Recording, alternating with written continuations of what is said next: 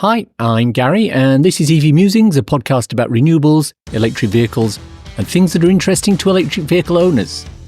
On the show today, we'll be looking at battery health, specifically for second-hand cars.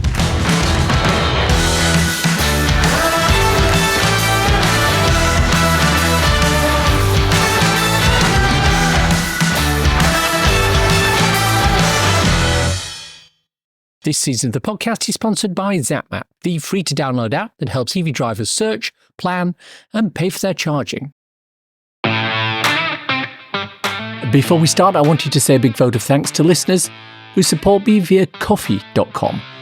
I talk about it in the closing credits every week, but there are people out there such as Neil McCall and Rob Pryor who donate every month to the podcast through Ko-fi.com, plus all the others who give one-off donations, Kev THC, and Michael Edwards, for example. Thank you all. Very much appreciated.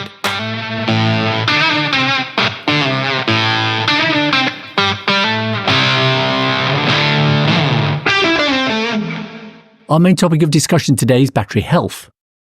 Let me paint you a picture. You've got your eye on a second-hand Porsche Taycan. Too expensive to buy brand new, but quote-unquote easily affordable with some of the depreciation levels we've seen on that particular vehicle.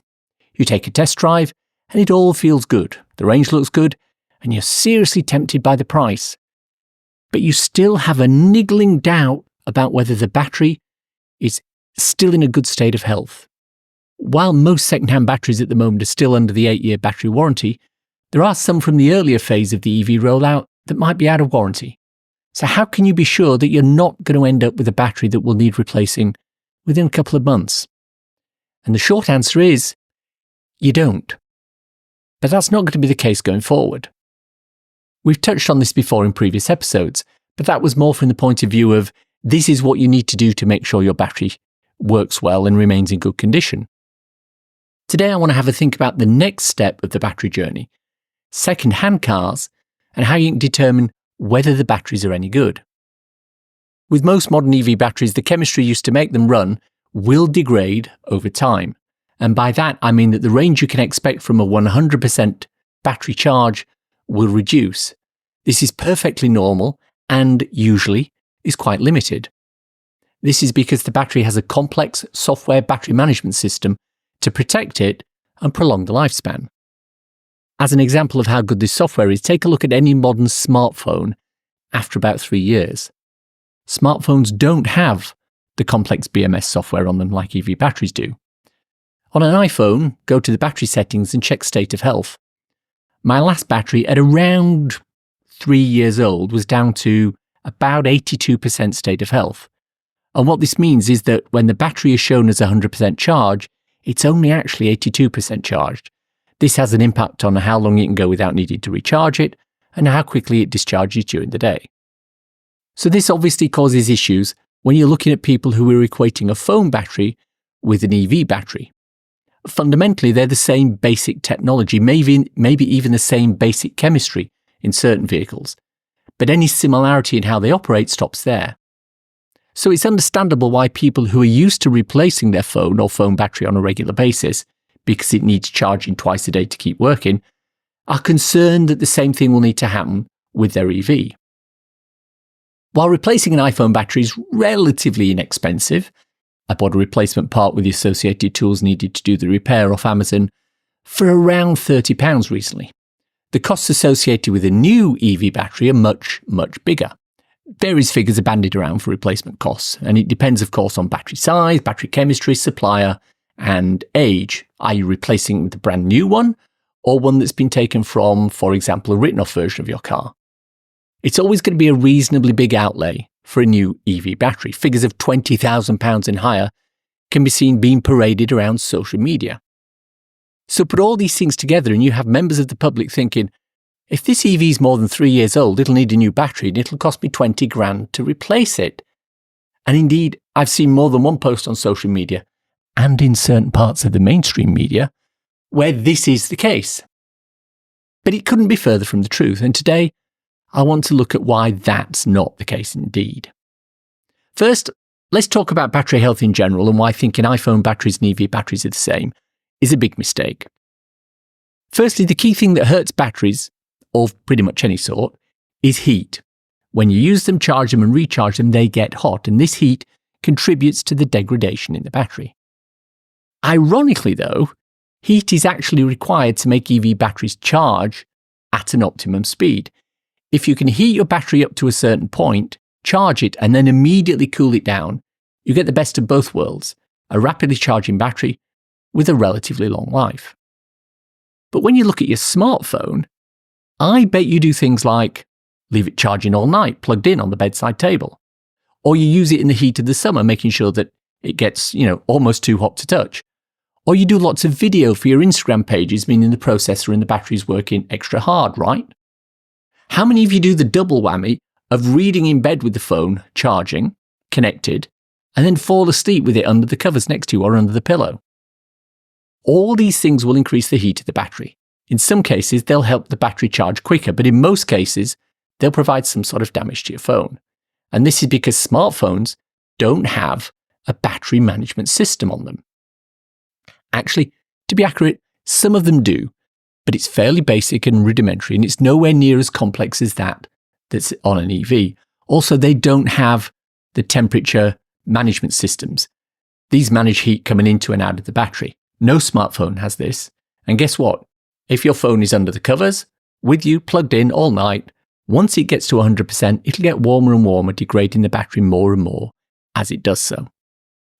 There's a lot more about batteries in an earlier episode of the podcast with battery electrochemist Dr. Ewan McTurk. Episode 61 is the doctor in, links in the show notes. So let's look at a bit of data. Geotab, who were guests on last season's episode on geospatial planning, also gather battery health information from thousands of cars that they monitor. In a recent report they released, they cover battery health extensively. Let me read from their webpage.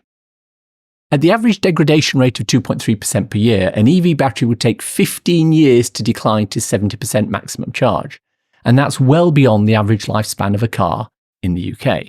End quote.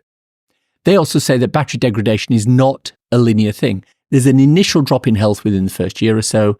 After that, it declines a lot slower. When the battery is approaching the end of its useful life, the degradation will start to increase quicker. Vehicle batteries respond differently to the test of time depending on their make and model year. Why do some vehicles seem to on average degrade faster than others? Well, two potential contributors are battery chemistry and the thermal management of the battery pack. The Nissan Leaf has a lot higher battery degradation because it has no thermal management of its battery pack. And this means that a Leaf can have an average degradation of 4.2% versus, say, Tesla with 2.3%. So, what can we do to provide a level of comfort and assurance when looking at battery health? Well, there are a number of ways to do so. The first one is to take the car for a drive, fill it to 100% and run it down to around 10% state of charge. This will give you some idea of the distance you can get with a battery at its current state of health. If you're tracing the efficiency of the battery, you can then also determine what the capacity is for the whole battery. It's a bit complicated, it sounds complicated, but bear with me. Start at 100% and run the battery down to around 10%. This means you've used 90% of the battery. Check the efficiency of the journey using the software in the vehicle. Divide that into the distance travelled to get the battery usage, and then divide the usage by 90 and multiply by 100. And this will give you the value for the capacity of the battery. Sounds complicated? Well, let's do a specific example. You run your battery down to 10%. The onboard computer tells you you've achieved an efficiency of 250 watt-hours per mile or 4 miles per kilowatt-hour. If you travel 250 miles on that battery, you can calculate that the usable battery in your car is 250 divided by 4, which is 62.5 kilowatt-hours for 90% of that battery, because you used 90% and left 10% in the state of charge. So you divide that 62.5 by 0.9 to give you 69.4 kilowatt hours for total capacity. If your original battery was 70 kilowatt hours, that means you've lost a little over 0.5% of the capacity. So let's assume you're a little bit heavy-footed with that same car and you only bring back 330 watt-hours per mile or 3 miles per kilowatt hour, and you only cover 188 miles. So you do the same calculation. 188 divided by 3 is 62.6. Divide by 0.9 for the 90%, and you get 69.6. Now, the issue with this is that there are other factors that play into the calculations, and there is room for inaccuracy to creep in. What you really need is something that can physically get into your battery and check what the state of health is.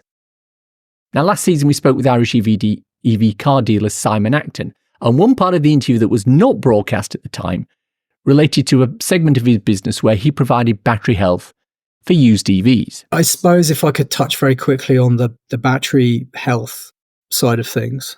So obviously one of the things that we've been doing is testing cars and making sure we have a read on the state of health of the battery. And also there's consideration that, cars, used vehicles have traditionally been valued based on their condition and their mileage. And largely that is still the case with EVs. But in the future, well, it shouldn't be that way because battery health is actually a more important metric than mileage. And for a number of reasons I won't go into now, a vehicle with less mileage could have lower battery health than a vehicle with higher mileage. So obviously that in theory has an impact on the value. So what we're not seeing in the market really at all, and I don't think you're seeing it in the UK either to the extent that it needs to happen, is that there's visibility to the consumer of battery health. And that is important in two ways. It's important, like I said, for value, but it's also important to give confidence because of this whole narrative around the batteries don't last. Whereas the reality is that, you could pick pretty much any, 5-year-old EV that even some that have done high mileage and they're going to have north of 90% battery health. So you can figure out from that how long that car's going to last before you have an issue with longevity of the battery. So yeah, that is an important factor that doesn't get talked about enough. And the tools are available. They're here now for dealers and consumers to use to get this information, but it just isn't happening. And there needs to be more knowledge raised of this.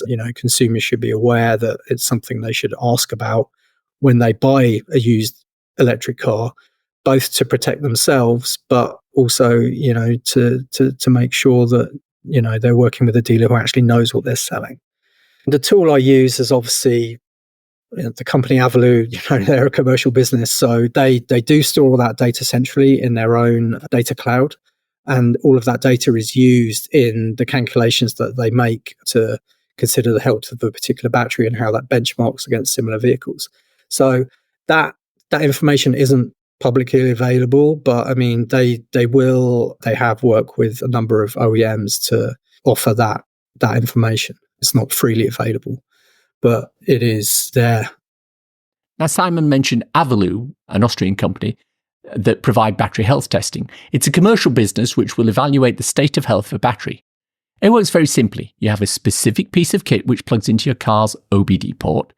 You charge the car to 100%, plug the monitor in, run the car to 10%, then send the data back to Avalu. All the data is sent to the cloud, where it's analysed, and they'll send you a detailed battery health certificate within 2 working days. This certificate gives you information such as the battery state of health expressed as a percentage, the usable amount of battery capacity remaining alongside the original capacity, and an estimate of the maximum range of the car at 100% state of charge. The cost for this is £99 plus VAT. Price is accurate at the time of writing, October 2024. If you're after peace of mind with a second-hand EV, this is absolutely prime. There are other companies which do similar things. If you go to Cleveland EV for your mobile servicing, or more accurately if they come to you, they can perform an evaluation using a diagnostic tool they have in their vehicles. It runs right into the meter of the battery, and it calculates lots of different variables to provide a state of health report for your car. Now, another tool to look at is called ClearWatt. It's an app on your phone, and what they do is, once you register, you make a number of journeys while running the ClearWatt app, and it gathers telemetry data on your driving style. It uses some sort of AI to manage what's happening, and presumably at some point it captures data manually regarding state of charge, etc. This is then processed to produce a battery status report. It isn't a battery health report like the Avalu output, i.e. it doesn't capture degradation of the battery. What it does is it determines a rating based on reference data for your vehicle versus observed data from the app telemetry. It will tell you what your expected range is on a full charge and compare that with the expected range on a new battery and calculate this rating, A+ down to D, as well as plotting that on a graph showing the range versus the age of the car so you know how it stacks up against similar vehicles in the space. Remember, the whole reason you'll want to have something like this is so that when you come to buy a second-hand EV, you can have a level of confidence that the vehicle itself isn't going to land you with a large bill for replacing a battery. But it is worth reminding you that your car comes with a very, very good battery warranty itself. From new, most EVs offer an 8-year or 100,000 mile warranty. If you're buying a second-hand car and it's within the warranty, that will still apply. If anything goes wrong with the battery and it needs replacing, this warranty will cover the work. What the warranty won't cover is a battery which has a higher degradation than expected, i.e., supposing you bought a 4-year-old car that had 10% degradation when an average example of this age had 5%. This isn't covered by the warranty. But if that degradation then drops down to below the warranty level prescribed by the manufacturer, which is usually around 25 to 30% degradation within the warranty period, the battery will be replaced or repaired free of charge to you. So if it's peace of mind from large bills you want, the warranty will go a long way to stopping that. If you're outside the warranty period, there is an amount of caveat emptor, buyer beware, when buying second-hand EVs. But the same can be said for any second-hand car. There are numerous tales of people who've bought old Fiestas and Astras and Renault Meganes, only to find that they need an expensive clutch replacement or even a gearbox replacement. The 911s I used to drive before I went electric were famous for losing pressure in certain cylinders over time. This involved a top-end rebuild which costs a minimum of about £5,000. So remember, this isn't just an EV thing, it's an old car thing. If you're buying from an auction site such as BCA, they'll usually provide you with a very detailed appraisal of the vehicle, including checks performed, any bodywork issues, tyre depth. They'll even run the car for about 10 miles on the road to check for noises and driving issues, etc. But what they don't do is provide the battery health check for you. So if you're buying from an auction, there's always that to bear in mind. The other thing to remember is that battery problems don't always mean a complete battery replacement, unless you're driving an EV that's designed with a completely sealed battery pack unit. Many EVs allow you to open the battery pack and replace specific cells within the pack itself. This is much cheaper and a more convenient way of repairing a battery than throwing the whole lot away and buying a new one. In fact, if you want to know what to do if you bought a car that's a bit of a lemon when it comes to batteries, podcaster Andrew Till has a great video when someone he knows bought a Nissan Leaf with a battery problem. It's a series of 3 videos and it's well worth your time if you want to have a look at it. But if you want the quick overview, the car wouldn't hold a charge. It threw a traction battery error every time it was driven. So they took it to a HEVRA certified repairer. They had one cell replaced at a cost of around £900 including labour, and it solved their problems. So let's wrap things up here with a quick summary. Nobody wants to be surprised with a big bill to replace a battery if they buy a second-hand EV. The easiest way to avoid this is to ensure you only buy second-hand within the warranty period. But this won't guarantee there isn't degradation, only that the degradation is within the warranty limits. If you want a better idea of the actual battery state of health, there are a number of solutions you can go for, which will help put your mind at rest. This season, we're looking at raising the awareness of carbon literacy with our listeners. And one way we're doing that is with the Carbon Fact, as read by carbon literacy trainer Ants Nelson. We all know that plant-based diets are best for the planet, but if you love meat, there's a halfway step you can take. Ruminant animals, especially cows, cause way more emissions than non-ruminant ones, so swapping from beef to chicken or pork can cut your emissions by about 2/3. Think about how much you're eating too, because things like bacon bits or spicy sausage can give all the flavour with only a fraction of the amount used.